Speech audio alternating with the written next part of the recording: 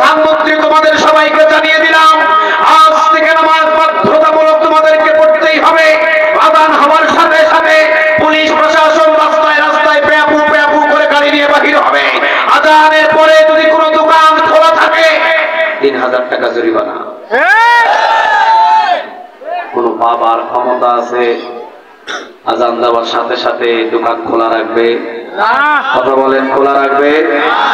প্রধানমন্ত্রী যদি আইনটা জারি করে দেয়, দোকানগুলো বন্ধ করার পরে যদি ওই দোকানের পাশে যদি কেউ দাঁড়িয়ে থেকে গল্প করে, এক ওয়াক্তের জন্য 10 টাকা চাই বাড়ি, 3 মাসের জেল। আযান চলাকালীন আমার পুলিশ প্রশাসন রাস্তায় রাস্তায় বাহির হবে, র‍্যাব বাহির হবে, সেনাবাহিনী বাহির হবে। দেখবে আযান হওয়ার পরে মসজিদে যদি না গিয়ে যদি কোনো যুবক ফেসবুক চালায়, কোনো যুবক ইউটিউব চালায়, কোনো যুবক যদি বাদাম টিপে খায়, মাথায় 10টা বেতের বাড়ি। 5 ওয়াক্ত নামাজে কয়টা হলো? সবাই বলেন, বেনামাজিরা বলেন, 5 ওয়াক্ত নামাজে কয়টা হলো? 50।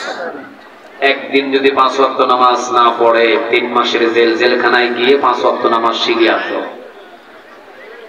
বাংলার জমিনের ভিতরে যদি প্রধানমন্ত্রী এই আইনটা চালু করে দেয়, বাংলার জমিনের ভিতরে যদি প্রধানমন্ত্রী আগে আইনটা চালু করে দেয় যে কোরআনের ভিতরে যেটা বলা হয়েছে নামাজটা কায়েম করতে হবে, আজ থেকে বাধ্যতামূলক আমি নামাজটা কায়েম করে দিলাম। আযান দেওয়ার সাথে সাথে পুলিশ প্রশাসন বাহির হবে। মসজিদের বাহিরে যদি কোনো যুবককে পাওয়া যায়, পাশায় 10টা বেতের বাড়ি, 5 ওয়াক্ত নামাজে 50টা বেতের বাড়ি, 3 মাস জেলখানায় থাকতে হবে। এই আইনটা যেই দিন চালু হবে, আল্লাহর কসম করে বলি 3.5 লক্ষ মসজিদ বাংলাদেশে জুমার নামাজের মতো প্রতিটা মসজিদে মুসল্লিদেরকে জায়গা দেওয়া যাবে না। নামাজ কায়েম করতে তো 50 বছর লাগে না, নামাজ কায়েম করতে লাগে শুধুমাত্র 24টা ঘন্টা। কয় ঘন্টা লাগে? 24টা ঘন্টা। কিন্তু পার্লামেন্টে মানতে হবে একটা কিতাব। কিতাবের নাম কি? আর একটু জুড়ে বলেন, কিতাবের নাম কি? আল্লাহ রাব্বুল আলামিন কোরআনের ভিতরে বলছেন, আস-সারিকু ওয়াস-সারিকাতু ফাকতাউ আইদিয়াহুমা, চুরি করলে হাত কেটে দাও। আইনটা কারো নয়, আইনটা কার? আল্লাহ। আরো জোরে আওয়াজ দিয়ে বলেন, কার? আমরা কিছুদিন আগে বাংলার জমিনের ভিতরে একটা প্রকাশ্যে নিউজ দেখেছিলাম, বাংলাদেশের টাকাগুলো আত্মসাৎ করে বিদেশ ব্যাংকে জমা করেছিল। আপনারা কি শোনেন নাই? কথা বলেন, আপনারা কি শোনেন নাই? বাংলাদেশে রাস্তা করে চুরি করে ধরা পড়ছে এমন হাজারো নেতা আছে না নাই? ব্রিজ করতে গিয়ে 3 ভাগের 2 ভাগ চুরি করছে, 1 ভাগ দিয়ে কাজ করছে এমন হাজারো নজির আছে না নাই?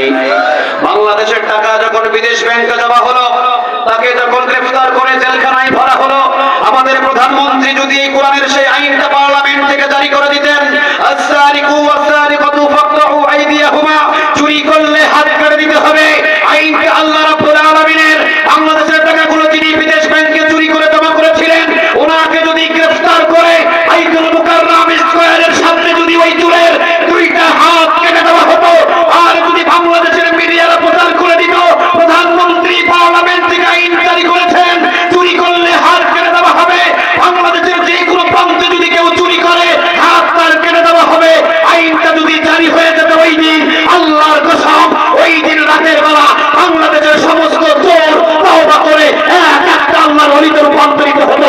ঠিক না ভাই? চুরি কি বাংলাদেশে থাকতো না বন্ধ হয়ে যেত?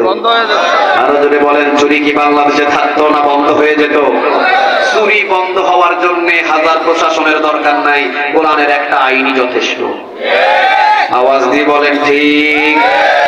হাজার হাজার প্রশাসন, পুলিশ দিয়ে কখনো চুরি বন্ধ করা যায় না, র‍্যাব দিয়ে কখনো চুরি বন্ধ করা যায় না, সেনাবাহিনী দিয়ে কখনো চুরি বন্ধ করা যায় না, বিজিবি দিয়ে কখনো চুরি বন্ধ করা যায় না, যতক্ষণ পর্যন্ত আল্লাহর এই কোরআনের হাত কাটার আইন পার্লামেন্ট থেকে বাস্তবায়ন না হয়। ঠিক না বেঠি?